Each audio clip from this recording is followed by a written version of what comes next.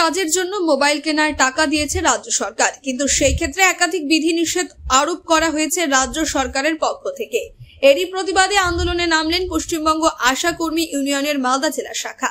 তারই অঙ্গ হিসেবে মঙ্গলবার দুপুরে সংগঠনের পক্ষ থেকে জেলা শাসকের দপ্তরের সামনে বিক্ষোভ দেখানো হয় আশা কর্মীদের পক্ষ থেকে। বেশ কিছুক্ষণ বিক্ষোভ দেখানোর পর জেলা শাসকের হাতে একটি ডেপুটেশন তুলে দেওয়া হয়।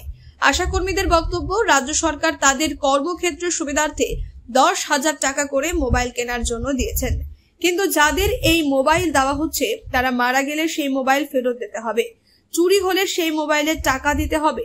নির্দিষ্ট একটি অ্যাপ ছাড়া মোবাইলে অন্য কোনো কাজ করা যাবে না। এই রকম একাধিক বিধিনিষেধ আরোপ করা হয়েছে রাজ্য সরকারের পক্ষ থেকে। এরই প্রতিবাদে তাদের আজকের এই আন্দোলন।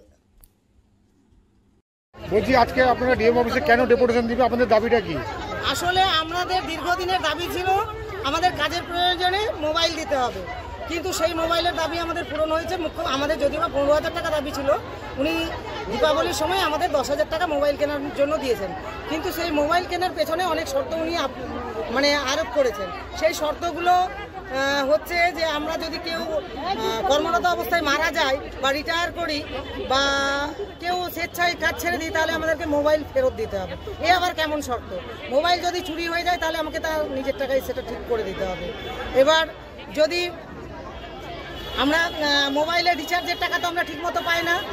আর তাছাড়াও ব্যাপার হচ্ছে যে আমাদের কাছে খবর আছে যে অফিস থেকে অবশ্য তারা শর্ততেও লিখেছেন যে কিছু অ্যাপ ডাউনলোড করে দেবেন, শুধু আমরা মোবাইলে সেই কাজই করতে পারবো। তাহলে তাদের নির্ধারিত কাজ যদি আমরা শুধু অফিসের কাজ যদি আমরা সেই মোবাইলে করি, তাহলে সেই মোবাইলের সুরক্ষার দায়িত্ব আমরা নেব কেন?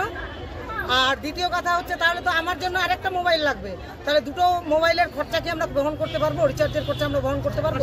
আর তাছাড়াও তো আমরা মাসের মাস ঠিকমতো ইনসেন্টিভ পাই না, যেটুকু পাই শুধু অনারিয়াম 5,250 টাকা। সেই টাকায় কি কারো সংসার চলে?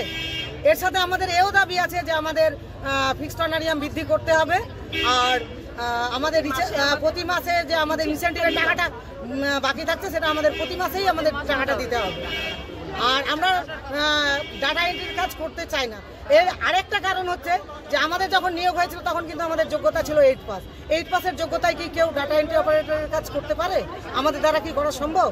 আমরা শুধু মোবাইল চাই, আমাদের যোগাযোগ, আর আমাদের কিছু কিছু কাজের জন্য আমাদের ছবি তুলে পাঠাতে হয়, সেই কাজের জন্য। তার বাইরে আমরা কোনো কাজ করতে পারি না। কোন সংগঠন করলেন এটা? হ্যাঁ, কোন সংগঠন এটা? হচ্ছে পশ্চিমবঙ্গ আশা কর্মী ইউনিয়ন, অনুমোদিত। আপনার নাম? আমার নাম মেহবুবা খাতুন, আমি পশ্চিমবঙ্গ আশা কর্মী ইউনিয়নের জেলা সম্পাদিকা। আপনিও কি মুরগি প্রতিপালন করে আর্থিক লাভের মুখ দেখতে চান? হরেক রকম প্রজাতির মুরগির শাবক লালন পালন করে বিক্রয় করে লাভবান হতে পারবেন খুব সহজেই। তাহলে আর চিন্তা নেই, আপনার জন্য প্রচেষ্টা নিয়ে এসেছে সেই সুযোগ। একই ফার্মে হরেক রকম প্রজাতির মুরগি পেয়ে যাবেন এখানে রয়েছে করকনাথ মুরগি, এছাড়াও আছে গিনি, ফ্রিগেল, টার্কি দেশি, এছাড়াও কোয়েল মুরগির শাবক। পাইকারি এবং খুচরো বিক্রয় করা হয়। যারা মুরগি পালন করে লাভবান হতে চান তাদের সকলকে আহ্বান জানাই আমরা। আজই চলে আসুন আমাদের প্রতিষ্ঠানে। আমাদের ঠিকানা মহারাজাহাট, রায়গঞ্জ, উত্তর দিনাজপুর। মোবাইল নম্বর 8250428960, 8145717292, 9907063902।